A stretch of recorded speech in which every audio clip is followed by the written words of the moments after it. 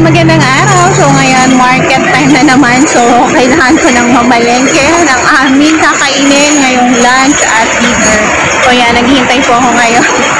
Ayan, so, nandito ako sa tatawid kasi ako papunta sa market. Ayan. So, market time. And syempre, exercise na din, lakad-lakad lang kasi yung market dito. Malapit lang naman. So, syempre, kailangan din maglakad-lakad. Okay!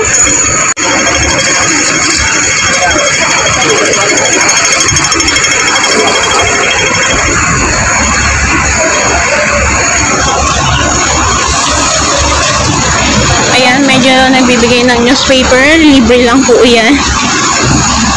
So, libre nga lang po pala yung newspaper dito. O yung mga dyaryo po. Libre lang. So, ayun yung palengke. So, doon ako pupunta. Ayan.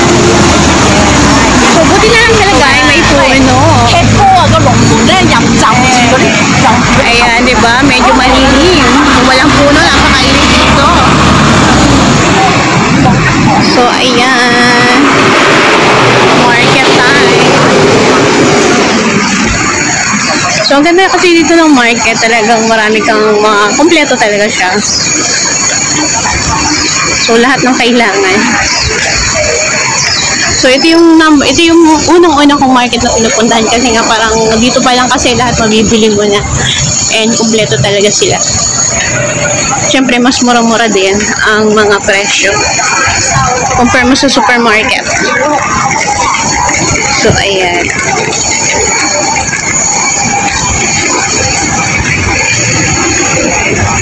Medyo maaraw, medyo mainit ngayon.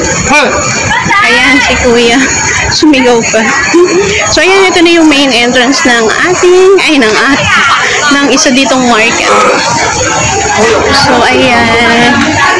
Ayan, tambayan na matatanda kasi medyo malamig talaga dito kasi yung kagandahan dito ng market may aircon. So, tambayan talaga. So, sarap din magstay kasi nga malamig, diba? So, ayan mga prutas. Ayan, kumpleto naman siya. Ayan, dito may mga chicken. Ayan, ang ganda ng mga prutas. May gulay. So, ayan, may meat din. May chicken. May fresh meat. May fresh seafood. Ayan. So, di ba kumpleto? O, di ba may fresh vegetable? O, ayan, ang mga alive seafood. Ayan, lahat yan alive. Ayan, di ba? So, ayun, So, alive na alive, di ba? So, ang ganda, di ba? Ayan. Ayan, mga fresh vegetable. Ayan. So, dito ako malimit bumili ng isda. Ayan. So, medyo mura din kasi dito. Okay.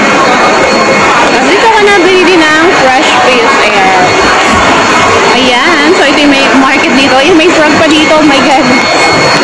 Ito yung hindi pa namin nabibili. So, yan yung frog. Ang daming frog, diba? OMG, ang daming frog. Ang lalaki nila. Nagkita ko talaga ako sa frog. Tapos kakainin ko ganito kalaki. Parang hindi ko kayang kainin ng ganito kalaki. Ayan, no. Ang dami nila. Okay. Bye-bye po. Bye-bye, froggy. I've seen a lot of change. Been through a lot of pain. Some things are not the same as they were a year ago.